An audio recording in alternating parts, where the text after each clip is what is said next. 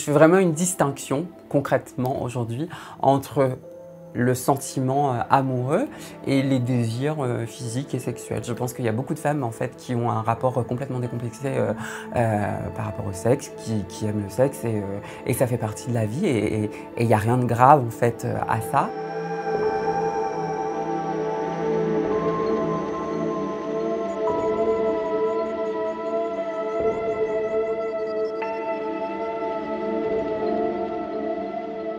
Autant j'ai une vraie forme d'ouverture d'esprit par rapport à la sexualité, autant ça ne m'empêche pas en fait d'être une fille fleur bleue, romantique. J'aime cette idée d'avoir l'homme qui va faire partie de ma vie, la personne à qui je vais donner de l'amour, la personne qui va me rendre cet amour. J'ai besoin de cette exclusivité amoureuse. On sait que ça c'est notre cocon à nous et que justement le fait d'avoir une forme de liberté sexuelle ne va pas venir ébranler nos relations. Bien au contraire, je pense que le fait de s'autoriser, d'avoir quelqu'un avec qui on peut vivre librement ses fantasmes, ses désirs, etc. Je pense que quelque part, ça ne peut que renforcer la relation de confiance qu'on peut avoir l'un envers l'autre. Et je pense que la confiance aussi, c'est une grande base de l'amour, quoi. Alors, il y a des personnes qui disent « oui, mais bon, en même temps, tu prends le risque de… » Mais bien sûr, mais des nanas, en fait, tu peux en rencontrer au quotidien et il n'y a pas forcément besoin de passer par la case de liberté sexuelle. S'il doit tomber à un moment donné amoureux de quelqu'un d'autre, parce que c'est des choses qui arrivent, on peut à un moment donné rencontrer quelqu'un et c'est une évidence et voilà. Je suis pas sûre que le fait d'avoir une forme de liberté sexuelle va forcément engendrer plus de possibilités là-dessus. Ça peut solidifier un couple d'avoir ce type de relation basée sur la confiance et la liberté, quoi.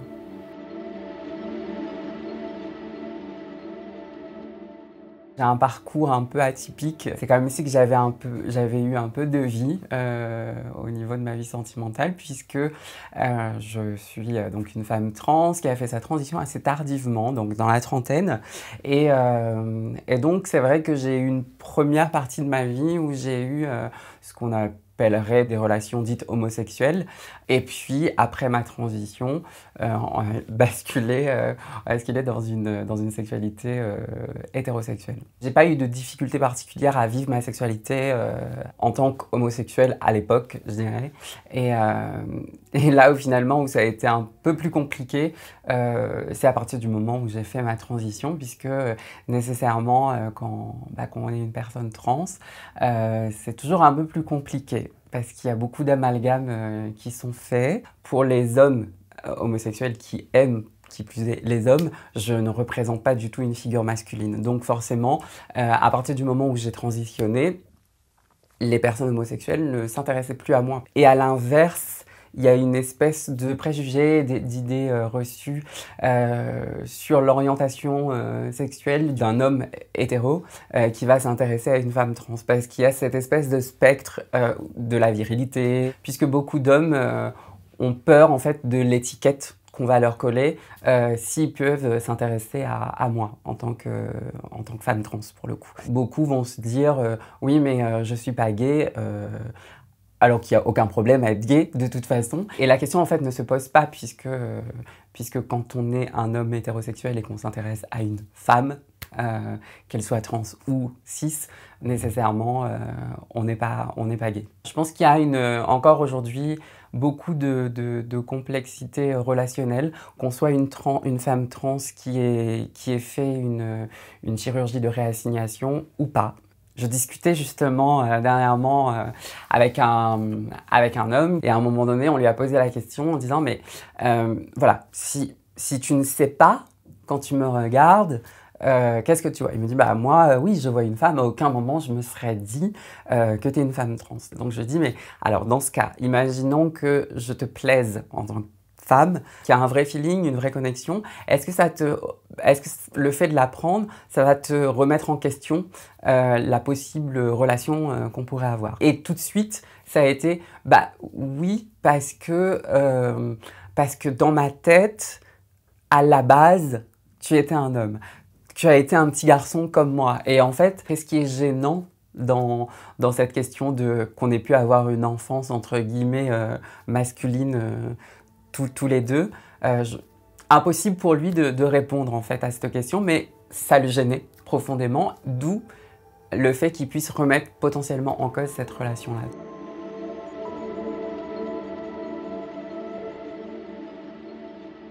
Aujourd'hui, mon positionnement par rapport à ces questions de relations libres, je suis très ouverte d'esprit. Alors je pense que ça a été nourri aussi par deux choses. D'une, je pense que ça a été nourri par mon passé. Dans la communauté homosexuelle, il y a une espèce de...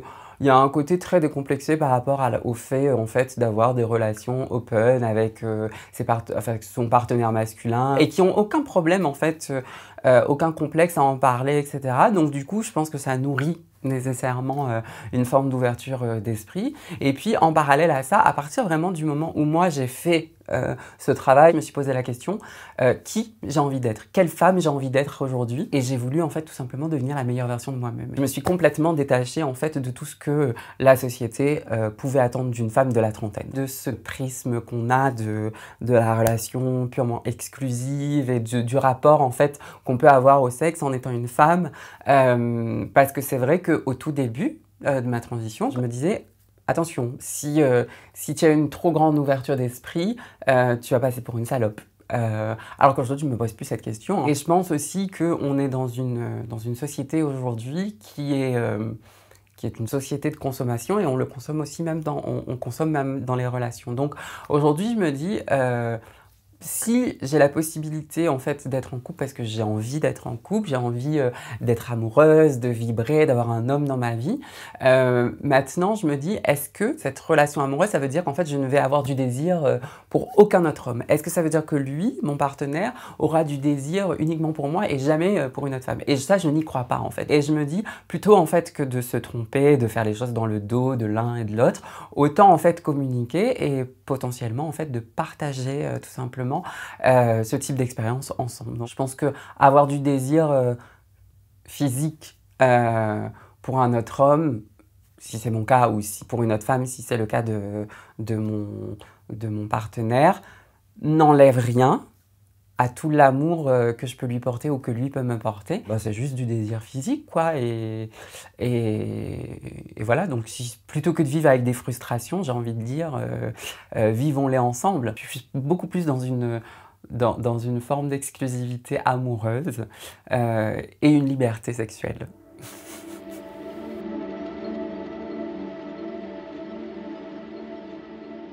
Je dirais aux hommes hétérosexuels de faire un travail de déconstruction et d'arrêter en fait peut-être de passer à côté de potentielles belles relations parce que ça peut arriver, alors je parle pas forcément de mon cas, hein, mais de passer peut-être à côté de relations à cause d'étiquettes quoi. Est-ce qu'on va pas m'assimiler à un gay si jamais je date une femme trans?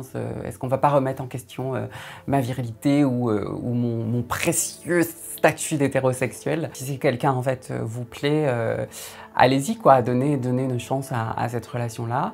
Et à l'inverse, je dirais aux personnes trans de ne pas non plus fustiger tous les mecs par exemple hétérosexuels qui diraient ouais, bah, non bah, je peux pas en fait parce que peut-être que lui dans sa construction il a envie en fait de construire une famille, de pas passer par l'adoption et de voilà quoi, il y a des gens qui sont comme ça et ça veut pas dire en fait qu'ils sont transphobes. Je pense qu'à partir du moment où on nous respecte en tant qu'individu, on ne nous attaque pas sur ce qu'on est et qu'on ne remet pas en question notre existence, il faut savoir aussi accepter que les goûts et les couleurs, ça se discute pas, quoi.